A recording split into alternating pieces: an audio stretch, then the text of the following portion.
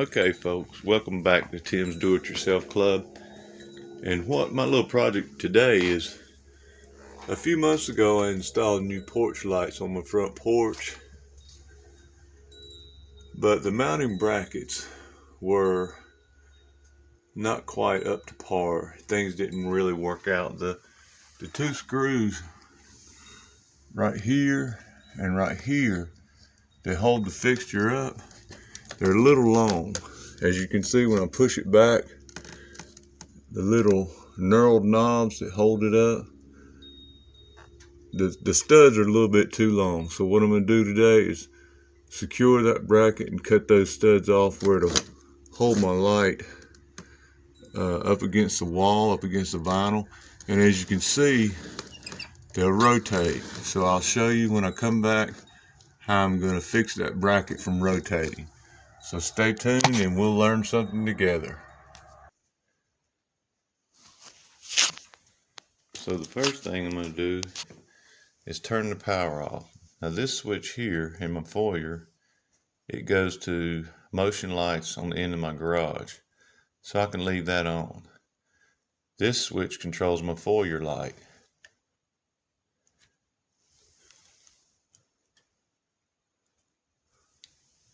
This switch controls my front porch lights, which are motion lights, and I'll be turning this switch off to kill the power.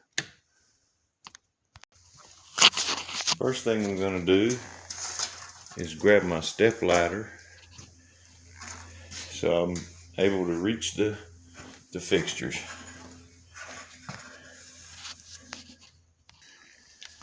So what I've done is I've took one fixture down. I just simply unscrewed those little knurled knobs holding the fixture up and removed the wire nuts, and the fixture came down.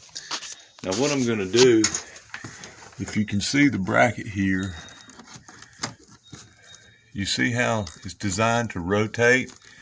Say if your fixture had, say if your mounting holes for your fixture was north and south instead of east and west, then you would mount it like this and put your fixture on. So what I'm going to try to do is tap a hole and put an 8x32 screw in there so this won't rotate. Now you're probably thinking, why don't you just go through this? But I don't know what's behind the vinyl. I don't know if we have a box there or not. I hope we have a box. But when I secured the lights the first time, these screws just seemed to go into the wall of the house. So what I'm going to do is I'm going to shorten these by maybe 1/4 inch or so the fixture will stay up against the wall good. As you can see right now, like I said with the other one, see how it leans away? So I'm going to shorten those two screws. Looks like I need to shorten them by maybe 1/2 inch or 1/4 inch so that fixture will hang up there without leaning down. So let me get this fixture down and I'll show you what the next step is. Okay, let me grab a tool bucket here to put a few supplies in, and we'll get started gathering up our tools. I'm thinking what I'm going to need is a pair of these, I call them lineman pliers, but they've got these ends where you can grip the wires. I'm going to be using that to straighten up the wires so the wire nuts will go back on. The wires get twisted when you put in wire nuts, so I'll be using those to twist the wires and straighten them back out. And I'm also going to need a tap and a drill to put those screws through there to hold those brackets to keep them from spinning. Okay, I found these screws here that I believe will work. I don't know if they're 8x32, so what I'm going to do is use my thread gauge and check to see the size of those. And even if they are 8x32, you can see here on the where it tells you the drill bit size, be an 8x32 national course, and you need a drill size for the tap of number 29. I don't have that. I'm going to look for the closest drill bit I have that matches the decimal equivalent of 136 thousandths. I'll be right back. Now it says the nearest fractional drill size would be a 9/64. I got an 8x32 national course. I need a drill bit number 29. Best case scenario, decimal equivalent is 136 thousandths, but the nearest fractional size drill size is 9/64. So I'll either be using a 9/64 or a 7/64. Let me see what I got. So I got my drill bit selection, and I don't know if I'm gonna have a 9. There's a 9/64 right here. So let me check this and see if this seems like it's gonna work.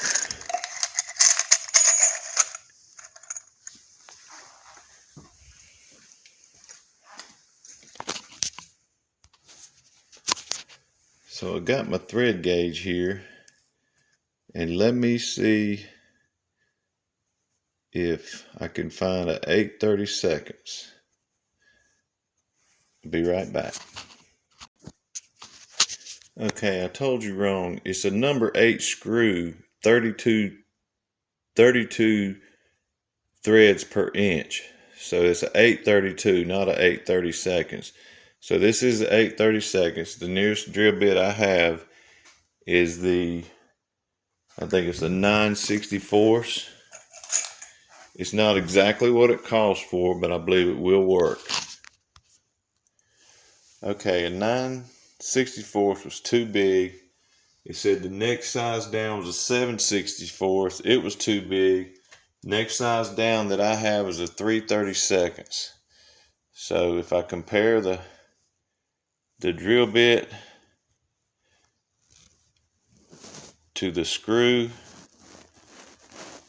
I don't know if it's going to focus in, but it looks like this drill bit would be the closest match that I have for 8/32. I might just waller it out a little bit and tap it 8/32 or 8/32. I'm sorry, I keep referring to it as 8/32. It's a number 8, 32 threads per inch. So what I'll do is I'll get my tap and I'll waller this bit a little bit, try to make the hole a little bit bigger, and then I'll there we go, it's focusing now. And then I'll as you can see, it's a little smaller. It may work fine, but it might be a little tight. So I'm gonna tap it with I'm gonna drill it with a 3/32 drill bit and tap it with an 8x32 tap. Okay, it turned out to be a 6/32 screw, number 6 screw, 32 inches, 32 threads per inch. So I'll be drilling the hole 3/32 and tapping it with a 6/32 tap. I'll be right back. Okay, also what I want to do is I want to check to see if these small knurled nuts that hold my lights up, they're not 6/32, they must be 8/32. Looks like they're bigger. Well, I don't know, that seems to be going on pretty good. So if it is, when I cut my mounting screws off up here, I'm gonna run a die on it to fix the threads. I'm gonna have to be real careful when I cut these off. They're a little too long. I'm gonna have to be careful when I cut them off that I don't booger them up. If I hold that up beside it, it is smaller, so that must be a 832. So I'm gonna get an 832 die and check against those. So here's my 832 die. So I'm gonna take this die and check it against those screws and screw it down on there first, and then when I back it off, it'll clean the threads up. So let's check this 832 die against these and see if it fits on there. I'll run it down on there, and then when I back it off, it'll clean them threads up. Looks like it's going on pretty good, but I got a little resistance.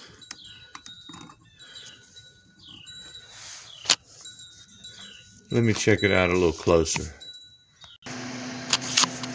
Okay, I decided to take the brackets down and just work on them here at my workbench where I have a vise to hold them. Let me check these screw threads here. I don't believe they're 832, and I don't believe they're 632. They may be like a 40 threads per inch, so let me check it with my thread gauge. I'll be right back. As it turns out, this screw is 36 threads per inch. I checked it with my thread gauge, but I don't have a tap or a die number 36. I got 40, 32, 6 by 32, 8 by 32, 10 by 32. So what I'm going to do is just cut this off, clean the threads up with a file, and shorten those by about 1/4 inch where the fixture will stay flat against the wall. And then I'm going to drill a hole in the bracket right here. I'm going to line it up. I'm going to line it up flush, drill a hole through here, and tap it with 6 by 32. Tap it with, drill a hole, 3/32 hole, and then tap it 6 by 32 right here. I'm going to use my cutoff tool to cut about 1/4 inch off the end of these bolts that hold the fixtures up, so the fixtures will be held tight against the wall. Then I'll tap the hole right here to keep this from spinning back and spinning back and forth. So I drilled my 3/32 hole to keep it from spinning. I'm going to put a screw in here and keep that thing from rotating. Now I'm tapping my hole for my 6/32 screw. When you tap these holes, you want to run your tap in. You start to feel it bind a little bit. You want to back it off a quarter turn or so to break those metal chips loose. If not, you could end up breaking your tap. Now I'll thread my screw in there to check how it fits. The screw seems to be going in just fine.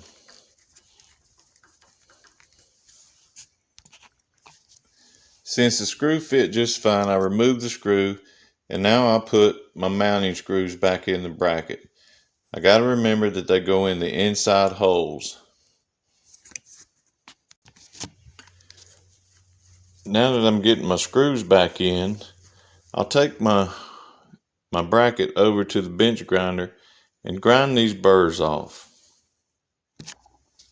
Okay, I've got the 2 mounting screws back in the bracket. Now I'm going to go over to the bench grinder and grind these burrs off.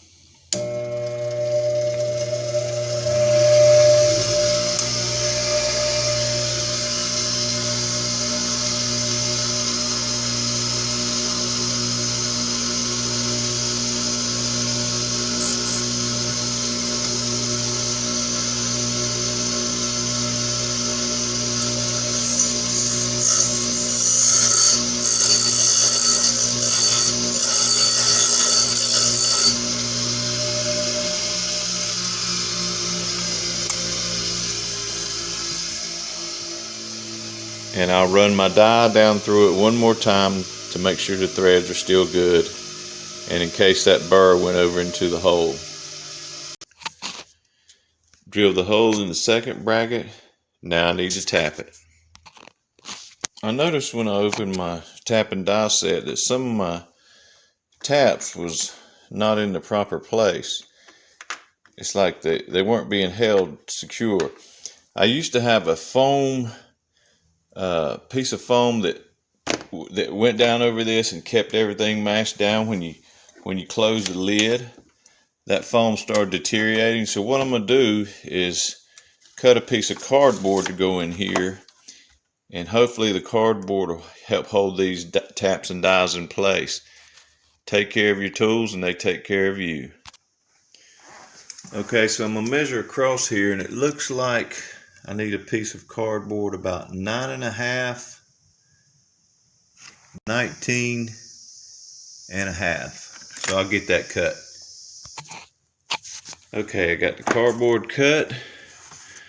Let's lay it in here and see how she does.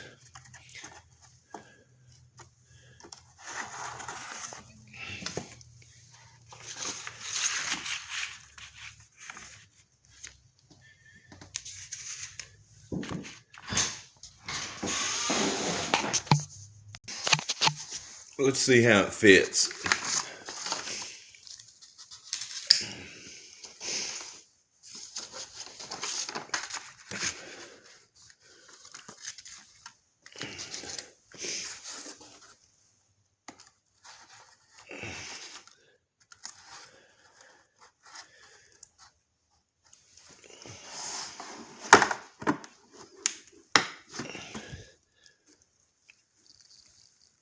Oop, hanging out on the edge. We'll have to fix that. Okay, back to the job at hand. Now I need to deburr the back side of this hole like I did on the other bracket. Okay, so we got the mounting screws back in. Got the screw in to stabilize it to keep it from spinning side to side. So let's put these brackets back up and get those light fixtures back on the wall. Okay, so I've got one of the brackets screwed back up with the white screw back behind there. I don't know if you can see it. That's what mounts it to the wall.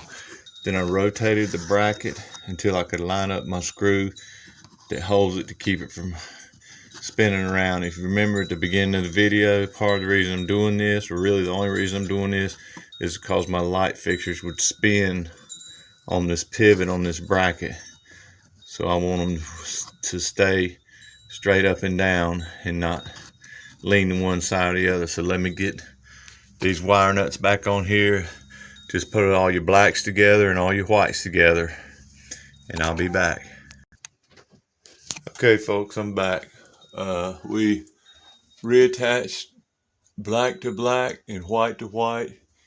We had the lights remounted, power's back on, and as you can see now they won't spin and fall down side to side.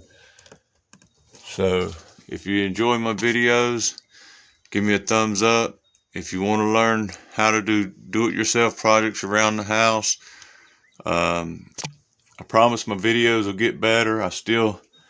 I haven't received my tripod yet, but there'll be more videos to come. Thanks for watching, guys. Give me a thumbs up and subscribe.